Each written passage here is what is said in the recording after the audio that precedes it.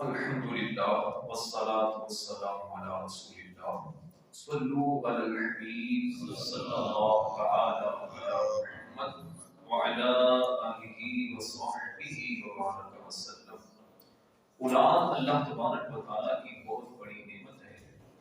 جب اولاد پیدا ہو اللہ کا شکر ادا کرنا چاہیے، اور شکرانے میں بچے کے لیے یعنی لڑکا ہو تو مستحب یہ ہے کہ 2 جانور ذبح کیے جائیں عقیقے کے طور پر، اور اگر لڑکی ہو تو 1 جانور یعنی بکرا یا بکری یہ ذبح کیا جائے، اور قربانی کا جانور ہو تو اس میں بھی عقیقے کا حصہ شامل کیا جا سکتا ہے۔ عقیقہ کتنی عمر میں کرنا چاہیے؟ اگر بچے کا عقیقہ کیا جائے تو اس وقت کیا باپ کا حاضر ہونا ضروری ہے یا نہیں؟ یہ 2-3 مسئلے عقیقے کے بارے میں عرض کروں گا۔ پہلی بات تو یہ ہے کہ 7ویں دن عقیقہ کرنا یہ بہتر ہے، اور اگر 7ویں دن عقیقہ کوئی بندہ نہ کر سکے، اتنی حیثیت نہ ہو، تو پھر زندگی میں کسی بھی وقت عقیقہ کریں گے تو عقیقہ ہو جائے گا۔ اور اس میں بھی بہتر یہ ہے کہ 7ویں دن کا لحاظ رکھا جائے۔ جیسے مثال کے طور پر اگر آپ کے بچے کی ولادت جمعرات کے دن ہوئی ہے تو اس کا 7واں دن بنے گا بدھ کا دن، یعنی ہر مرتبہ جب بھی بدھ کا دن آئے گا تو یہ 7واں دن بنے گا۔ تو اس چیز کا خیال رکھا جائے۔ اگر نہیں بھی 7ویں دن کریں گے، کسی دن بھی عقیقہ کریں تو عقیقہ بہرحال ہو جائے گا۔ دوسرا یہ ہے کہ عقیقہ کرتے وقت بچے کا عقیقے کی جگہ پر حاضر ہونا یہ ضروری نہیں ہے، بلکہ اگر بچہ دنیا کے کسی بھی کونے میں ہو اور آپ کسی دوسری جگہ پر عقیقہ بچے کا کرتے ہیں تو اس طرح عقیقہ ہو جائے گا۔ اسی طرح بچے کے باپ کا اس جگہ بھی موجود ہونا ضروری نہیں ہے کہ جس جگہ پر آپ جانور کو ذبح کر رہے ہیں۔ بہت ساری چیزیں ایسی ہو جاتی ہیں ہمارے معاشرے کے اندر کہ جہاں پر عقیقہ کیا جاتا ہے یا قربانی کا جانور ذبح کیا جاتا ہے تو اپنے ہاتھوں کو معاذ اللہ خون سے رنگین کر لیتے ہیں۔ جانور کا جو خون نکل رہا ہوتا ہے تو وہ اپنے ہاتھوں پر بعض لوگ مل لیتے ہیں، اور بعض تو اس لیے جہالت کا مظاہرہ کرتے ہیں کہ اس کو معاذ اللہ چہرے پر بھی مل لیتے ہیں۔ تو یاد رکھیے پاک چیز کو ناپاک کرنا یہ جائز نہیں ہے، ٹھیک ہے، یہ جائز نہیں ہے۔ بعض کہتے ہیں اس سے بیماری ٹھیک ہو جاتی ہے، وہ بیماری ٹھیک ہوتی ہے، تو یہ جو بیماری کے جو مسائل ہیں یہ بھی ضروری ہے، یقینی نہیں ہے۔ میڈیکل جتنا بھی ہے یہ سارا کا سارا ضروریات پر مبنی ہے، گمان ہوتا ہے کہ ہو جائے گا۔ کوئی بھی ڈاکٹر آپ کو جب دوا دیتا ہے، انجیکشن لگاتا ہے، ٹرپ لگاتا ہے تو ساتھ میں یہ کہتا ہے کہ دیکھیے میں کوشش کر سکتا ہوں، شفا رب کے دستے قدرت میں ہے، شفا بندے کے پاس نہیں ہے، بندہ اپنی طرف سے کوشش کر سکتا ہے۔ تو بہرحال اس طرح کی جو غلط رسمیں ہوتی ہیں اس سے بچنا چاہیے۔ عقیقہ یہ شکر کے موقع پر ہوتا ہے۔ صدر الشریعہ مفتی امجد علی اعظمی رحمۃ اللہ علیہ سے جب سوال ہوا کہ مردے کی جانب سے عقیقہ ہو سکتا ہے، اگر مردہ بچہ ہو یا بچے کا انتقال ہو چکا ہو تو کیا اس کی طرف سے عقیقہ ہو سکتا ہے؟ تو آپ نے فرمایا کہ مردے کا عقیقہ نہیں ہو سکتا، کیونکہ عقیقہ جو ہے نا یہ تو بچے کے زندہ رہنے پر شکر کا اظہار ہوتا ہے، اور وہ جو دنیا میں ہی نہ رہا تو اس کا عقیقہ نہیں ہو سکتا۔ اسی طرح کچھ اور مسائل جو خاص طور پر عورتوں کے حوالے سے آپ کو بیان کی جا رہے تھے، چونکہ یہ بھی میاں بیوی کے متعلق ایک مسئلہ تھا کہ جب بچہ ہو جائے تو اس بچے کا عقیقہ کرنا ہے، کتنی عمر میں کرنا ہے، کس طرح کرنا ہے۔ اچھا جانور جو ہے عقیقے کا یہ بھی سمجھ رہے ہیں، عقیقے کا جانور یہ انہی شرائط کے مطابق ہوگا کہ جو ہم قربانی کے لیے جانور لیتے ہیں، ٹھیک ہے، قربانی کے لیے جیسے جانور لیتے ہیں کہ چھوٹا جانور ہے، جیسے مثال کے طور پر بکری ہے، بکرا ہے، دمبا ہے، بھیڑ ہے، تو اس کی عمر 1 سال ہونا ضروری ہے۔ اسی طرح پھر بڑا جانور جیسے آتا ہے گائے ہے، بھینس ہے، بیل ہے، تو یہ 2 سال، اور پھر اونٹ ہے تو وہ 5 سال، تو یہ عمر ہونا ضروری ہے۔ عورت مسواک کرے، ٹوتھ برش کرے یا پھر دنداسا جو عورتیں استعمال کرتی ہیں، ان میں سے سنت عورت کے لیے کیا ہے؟ تو سنت یہ ہے کہ حضرت سیدہ عائشہ صدیقہ طیبہ طاہرہ رضی اللہ تعالی عنہا کی سنت ہے مسواک، ٹھیک ہے، تو عورتیں اگر مسواک کریں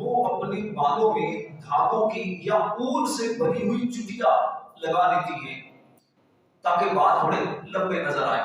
تو اس معاملے میں مسئلہ یہ ہے کہ دیکھیے اگر عورتیں دھاگوں سے یا اون کی بنی ہوئی چٹیاں جو ہیں وہ اپنے بالوں میں لگائیں تو اس میں کوئی حرج نہیں، جائز ہے۔ لیکن کسی اور انسانوں کے بالوں کو کی چٹیاں لگانا، عورت کا کسی دوسرے کے بالوں کی چٹیاں لگانا ناجائز اور گناہ ہے۔ حدیث پاک میں انسانی بال لگانے اور لگوانے والی عورتوں پر لعنت آئی ہے۔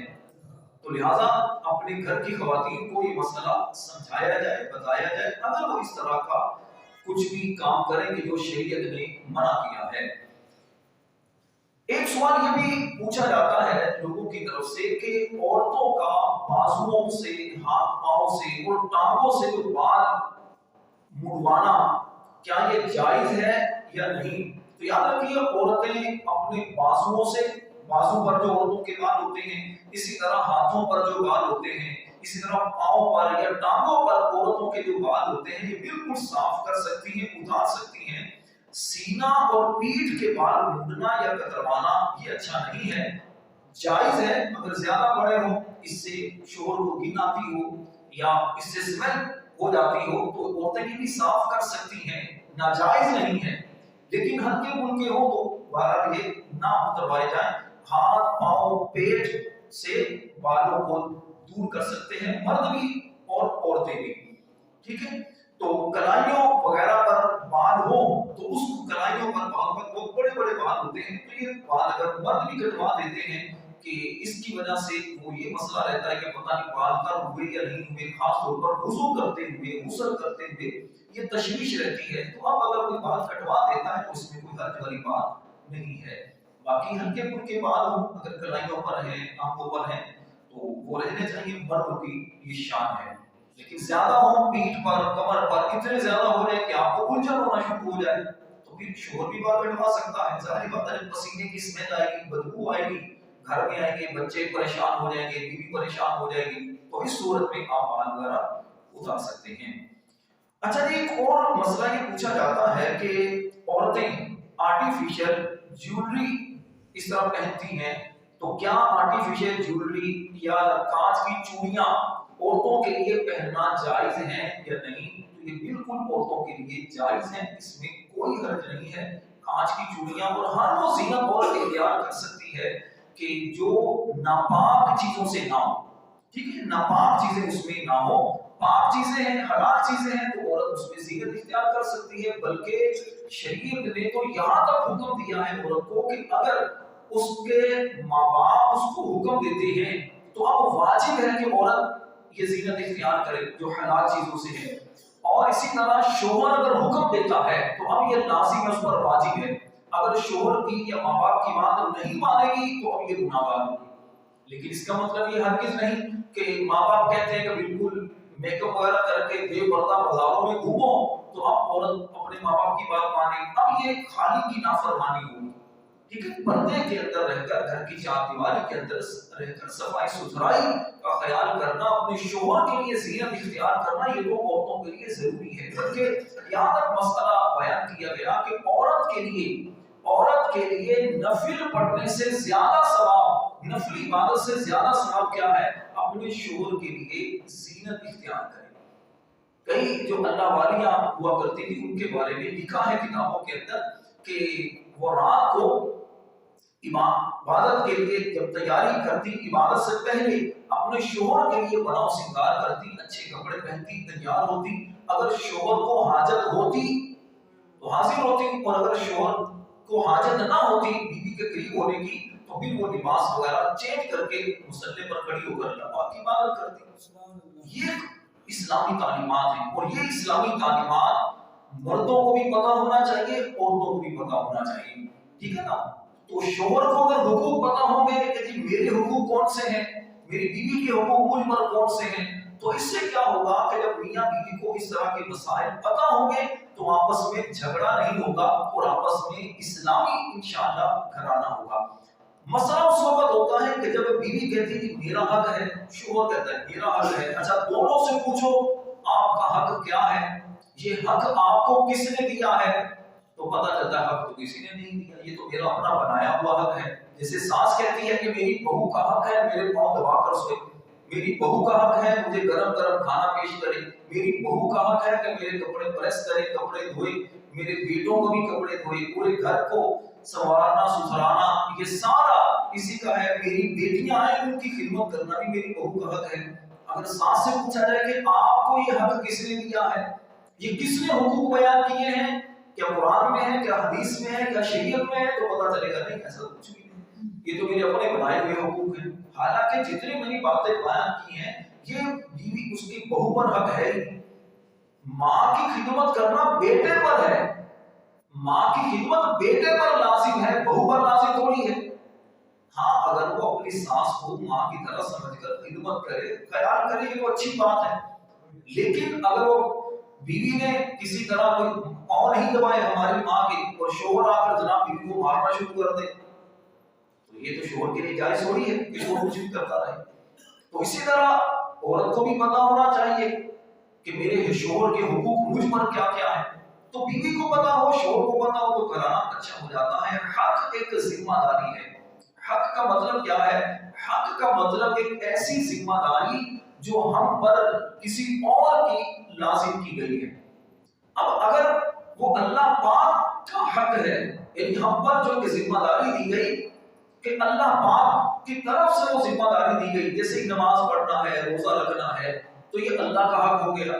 بندوں میں سے اب اس کی بھی تفصیل آ جاتی ہے. ماں باپ کے حقوق الگ ہیں، ماں باپ کی ذمہ داریاں اولاد پر کیا ہیں، اولاد کی ماں باپ پر کیا کیا ذمہ داریاں ہیں، کیا کیا حقوق ہیں، رشتے داروں کے ہیں، بہن بھائیوں کے ہیں، پھر آپ کے پڑوسی جو ہیں ان کے حقوق ہیں، جانوروں کے حقوق کیا ہیں. اسی طرح بہت اس کے اندر تفصیل ہے. تو اس لیے میرا مشورہ یہ ہے کہ جب آپ کسی کو یہ کہتے ہیں نا کہ یہ میرا حق ہے، یہ تمہارا حق ہے، تو پہلے علماء سے رہنمائی لے لیا کریں کیا واقعی حق ہے یا ہم نے خود ہی اپنی طرف سے یہ حق بنا لیا ہے. ایک مسئلہ یہ پوچھا جاتا ہے کہ آرٹیفیشل یعنی مصنوعی پلکیں جو انسان اور خنزیر کے بالوں سے بنی ہوئی نہ ہو تو کیا زینت کے طور پر عورتیں وہ لگا سکتی ہیں؟ تو بالکل لگا سکتی ہیں. اگر انسان کے بالوں سے بنی ہوگی یا خنزیر کے بالوں سے بنی ہوگی تو وہ جائز نہیں ہے. باقی آرٹیفیشل جیسے پلکیں، مصنوعی پلکیں ہوتی ہیں، عورتیں لگا لیتی ہیں، تو اس میں کوئی حرج نہیں ہے. لیکن یہ خیال یہ ضرور رکھنا ہوگا کہ جب وضو کریں یا غسل کریں تو اس وقت ان پلکوں کو اتار لیں. ٹھیک ہے، ان پلکوں کو اتار لیں کیونکہ آرٹیفیشل پلکیں جو ہوتی ہیں گوند سے لگانے کے بعد اصلی پلکوں کے ساتھ انہیں چپکا دیا جاتا ہے. تو اب اگر ان کو نہیں اتاریں گے تو اتارے بغیر جب آپ اپنے چہرے کو دھوئیں گے تو اصلی جو پلکیں ہیں وہاں تک پانی پہنچے گا نہیں. جب پانی نہیں پہنچے گا تو آپ کا وضو بھی نہیں ہوگا، اور اگر غسل کرنا چاہیں گے تو غسل بھی آپ کا نہیں ہوگا. اس چیز کا خیال رکھنا بہت ضروری ہے. اسی طرح بعض خواتین نیل پالش لگا لیتی ہیں، تو نیل پالش جب لگی ہوگی تو اس صورت میں بھی وضو کریں گے تو اس سے وضو نہیں ہوگا کیونکہ نیچے پانی کا پہنچنا ضروری ہے، ناخن تک پانی پہنچتا نہیں ہے. ٹھیک ہے، تو اسی لیے جب نیل پالش اگر لگاتی ہیں پہلے یہ دیکھ لیں کہ اس میں کوئی ناپاک چیز نہ ہو. دوسرے نمبر پر وضو کرنا ہے یا وضو کر کے نیل پالش لگائی ہے تو آپ نماز بھی اس سے پڑھ سکتی ہیں. وضو ہے اب نیل پالش عورت نے لگائی ہے، باوضو ہے تو نیل پالش لگی ہوئی ہو، اس صورت میں نماز بھی پڑھ سکتی ہے، قرآن بھی پڑھ سکتی ہے. ہاں وضو ٹوٹ گیا اب اسے نیل پالش اتارنا ہوگی، اتار کر وضو کرنا ہوگا نئے سرے سے. اسی طرح لپسٹک عورتیں جو لگاتی ہیں تو اس میں بھی اگر چپک والی ہے، اسٹیکر والی لپسٹک ہے تو جس سے ہونٹوں کے نیچے پانی نہیں پہنچتا، ہونٹوں تک پانی نہیں پہنچتا، تو اس صورت میں بھی وضو نہیں ہوگا.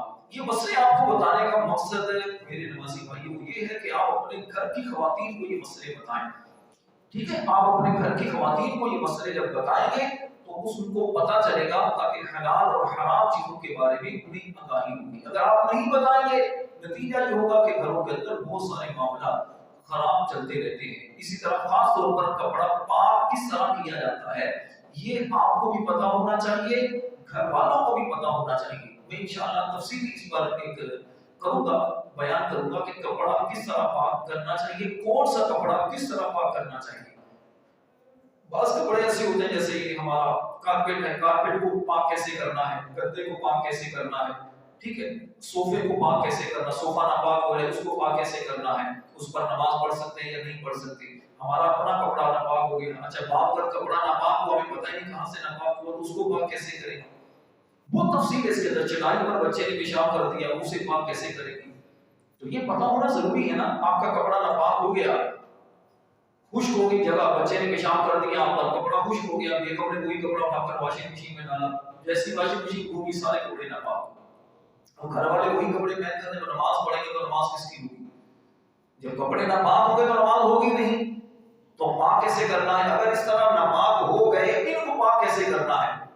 آسان طریقے ہیں لیکن ہمیں معلوم نہیں ہوتا، پھر کپڑا پاک کرتے ہوئے احتیاط کیا کرنی چاہیے یہ نہیں معلوم ہوتا بہت سارے لوگوں کو، کپڑا پاک ناپاک ہو گیا، آپ نے پاک کرنے کے لیے اوپر سے نل چلایا، چیٹے اڑ کر آپ کے جسم پر آ رہے ہیں، کپڑوں پر آ رہے ہیں، وہ تو پاک ہو گیا، آپ لوگ ناپاک ہو گئے، تو اس طرح بہت سارے مسئلے ہیں کہ مشورہ دوں گا، میر اہل سنت کا بڑا پیارا رسالہ ہے کپڑے پاک کرنے کا طریقہ، اس رسالے کو حاصل کریں، جتنے میں نے کچھ مثالیں دی ہیں تقریباً آپ کو اس کے اندر یہ مل جائے گی، مزید اور بھی آپ کو مسائل انشاءاللہ اس رسالے میں سیکھنے کو ملیں گے، دعا ہے اللہ کریم ہم سب کو علم دین حاصل کرنے کا شوق عطا فرمائے، آمین بجاہ النبی امین۔ امیر اہل سنت، امیر دعوت اسلامی حضرت مولانا پیر یاسر خان قادری دامت برکاتہ العالیہ کی بڑی بہن کا آج برسی ہے، ان کے اصال ثواب کے لیے آج ہم نے اپنی مسجد محمدی مسجد میں یہ پروگرام رکھا ہے ان کے اصال ثواب کے لیے، تو اللہ تبارک و تعالیٰ سے ہم دعا کرتے ہیں اللہ تبارک و تعالیٰ ان کے درجات بلند فرمائے، قبر پر رحمت و رضوان کی بارش نازل فرمائے، ایک مرتبہ سورہ فاتحہ، 3 مرتبہ قل هو اللہ شریف اول و آخر درود پاک پڑھ لیجیے۔ اللہم صلی علی سیدنا محمد وعلی آل سیدنا محمد۔ بسم اللہ الحمد للہ رب العالمین۔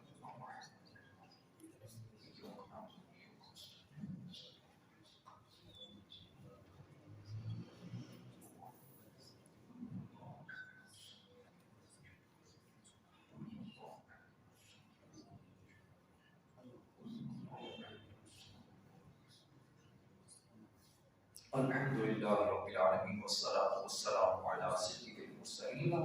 اللہم ربنا ظلمنا انفسنا وإن لم تغفر لنا وترحمنا لنکونن من الخاسرین۔